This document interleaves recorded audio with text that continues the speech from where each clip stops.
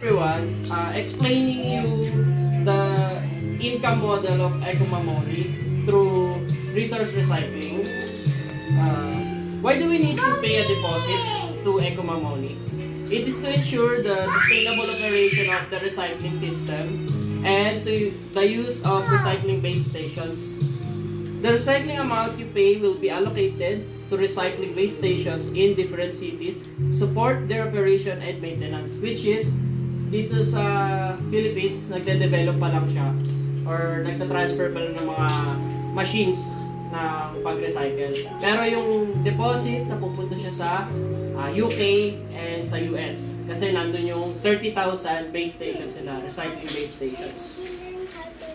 So after recycling system ends, the system will automatically return the recycling amount to your account, which is, let's say, you have subscribed to recycling of glass amounting to 400 pesos.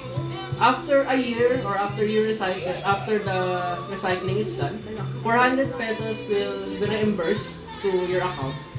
So, overall, wala kang nilabas na pera. Nag-subscribe ka sa kanila, kumita ka, then bumalik sa'yo yung nilabas ng pera. How does recycling generate income?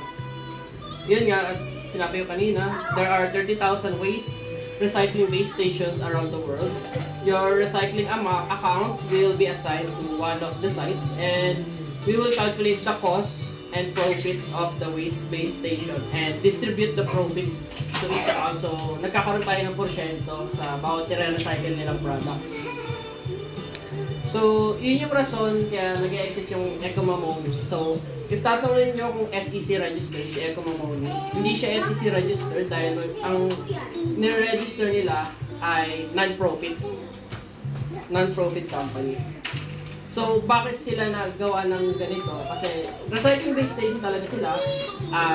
If ma-research nyo rin naman yung mga tao nila na kung meron silang galing sa NASA, kaya nagtayo sila sa sariling company.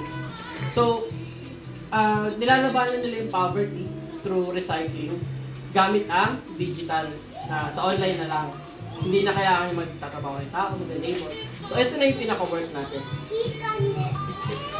So, yun lang naman. Then, makikita nyo naman sa ating flyer kung how much yung mga possible na pwede nyo i-subscribe or ilabas na pera. And magkano yung computation na magiging income nyo na makikita nyo sa total income.